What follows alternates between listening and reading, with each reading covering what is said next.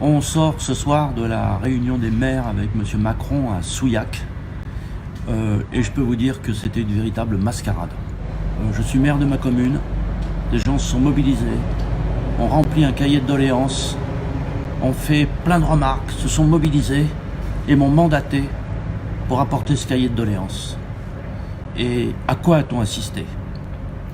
À un soi-disant débat, et le président Macron a eu l'audace de dire que c'était un débat sans filtre. Or, il n'y a eu que des filtres.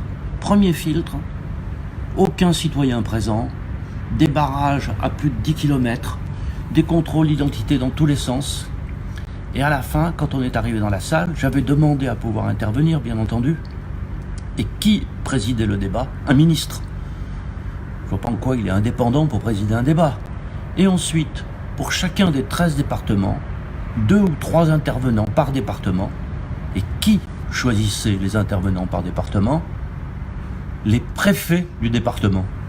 Alors vous imaginez un débat présidé par un ministre avec les préfets qui choisissent ceux qui doivent intervenir. Cela n'a pas empêché quand même un président d'association de maires ruraux d'avoir été au milieu des cireurs de pompe, quelqu'un qui a osé élever la voix et remettre en cause Monsieur Macron. Arrêtez de stigmatiser, d'opposer, de mépriser, parce que cela ne fait que générer de l'incompréhension et de la violence. Mais la voix des Gilets jaunes, la voix du peuple, elle, personne ne l'a fait entendre.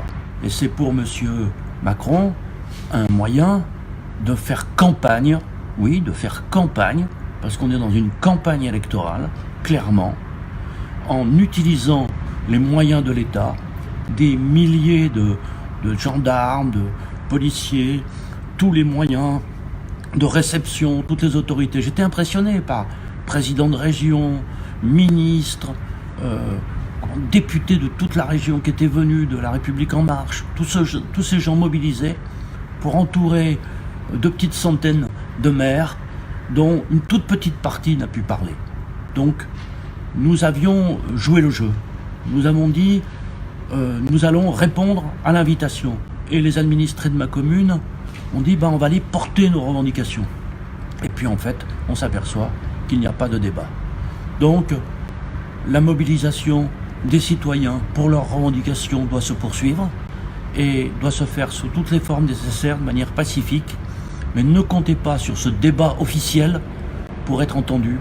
Il faudra passer par d'autres expressions pour pouvoir faire entendre notre voix. La preuve a été faite aujourd'hui que ce grand débat national, c'est un grand blabla national qui n'a pas d'autre objectif que de enfumer le peuple.